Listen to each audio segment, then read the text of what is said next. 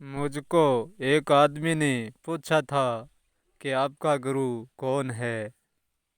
मैंने उनको यूं कहा कि मेरा गुरु कोई नहीं है, मेरा गुरु मैं ही हूँ।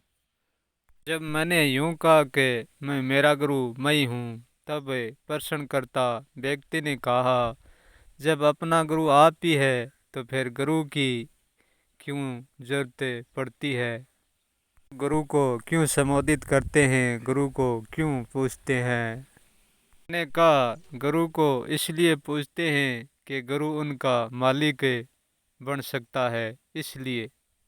तो उन्होंने कहा, मालिक के अतिरिक्त गुरु की कोई और विशेषता नहीं होती है। मैंने कहा, विशेषता होती है, ऐसा नहीं है कि विशेषता नहीं होती है, विशेषता तो होती है। मैंने कहा, गुरु की विशेषता जो गुरु तक सीमित रहता है उनके लिए ही गुरु की विशेषता मालूम पड़ती है। फिर उन्होंने पलट कर फिर से पूछा, क्या आपने सचमुच में बिल्कुल गुरु नहीं बनाए? तो मैंने कहा, गुरु तो हमने बनाए थे, परंतु जो गुरु से मिलना था वो गुरु से मुझे नहीं मिला। गुरु आप अपने से तो मुझे मिलवा दिया, परंतु गुरु मुझको मुझसे नहीं मिलवा पाए।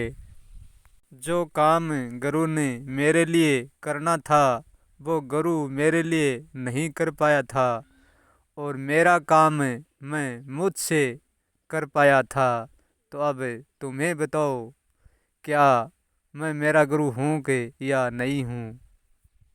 प्रश्नकर्ता ने पूछा कि तुम्हारा काम तुमसे क्या ऐसा काम कर पाया जो तुम्हारा गुरु नहीं कर पाया?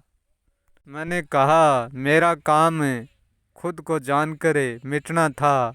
ओ मिटना और जानना, ये काम मेरा गुरु मुझको नहीं करा पाया, मैं स्वयं से ही करा है, इसलिए मेरा गुरु मैं स्वयं ही हूँ।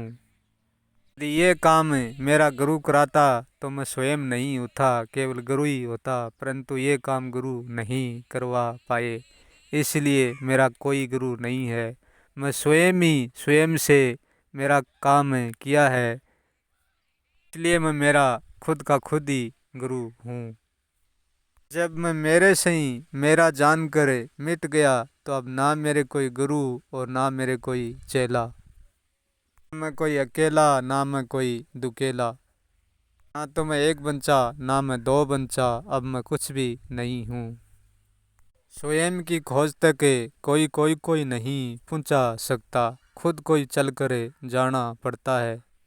गुरु चाहे कितना ही बड़ा इशारा क्यों ना करे, परंतु इस इशारे से मार्ग तो जरूर मिल जाता है, पर ठेठ मंजिल नहीं पहुंच सकते। क्योंकि गुरु तो रास्ते की शुरुआत करा देता है, ठेठ तक की मंजिल नहीं बताता।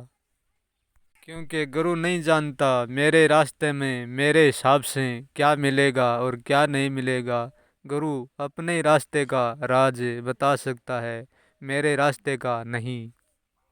रास्ता दोनों का एक ही होता है, पर जानने का तरीका अलग अलग है। अपना रास्ता अपना हर व्यक्ति जान सकता है, परंतु संपूर्ण तरीके से दूसरे का रास्ता कोई भी तय नहीं कर सकता। क्योंकि खुद के रास्ते में खुद ही होता है, खुद के अलावा और कोई भी नहीं होता है।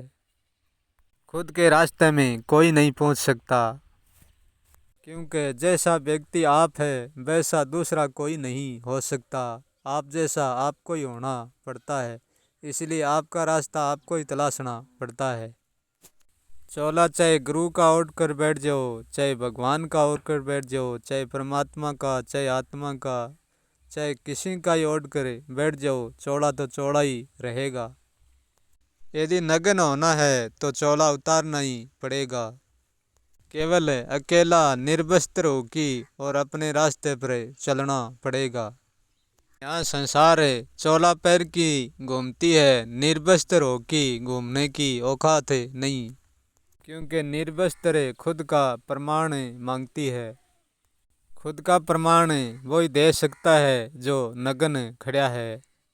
जो चोले की आड़ में छुपा रहता है वो चोले का ही प्रमाण दे सकता है, अपनी नग्न अवस्था का प्रमाण नहीं दे सकता। वो अपना अस्तित्व नहीं दिखाता, वो अपने का अस्तित्व दिखाता है। वो आपको नहीं जानते, उनका कोई जो होता है वो उनको ही जानते और उनका अस्तित्व दिखाता है। क्योंकि सच कड़वा है, सीधे तरीके से शुरुआत नहीं करी जा सकती। इसलिए संसार का कहना उचित है, बिना गुरु बिना कौन तिर सकता है।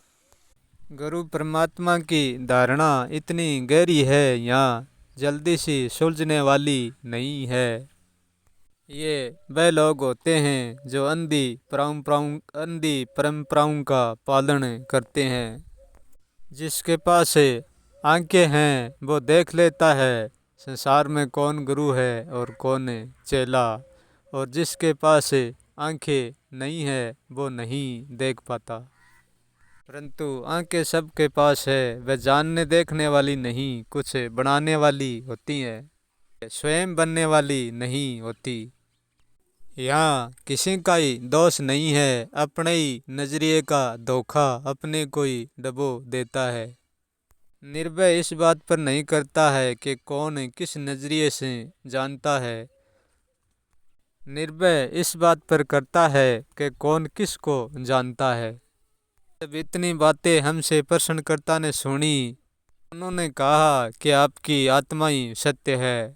मैंने कहा तुम और किसी को मत पकड़ो, तुम ही तुम्हारी आत्मा हो। बनते हो तभी आत्मा हो, नहीं तो कुछ नहीं, केवल तुम का तुम ही हो।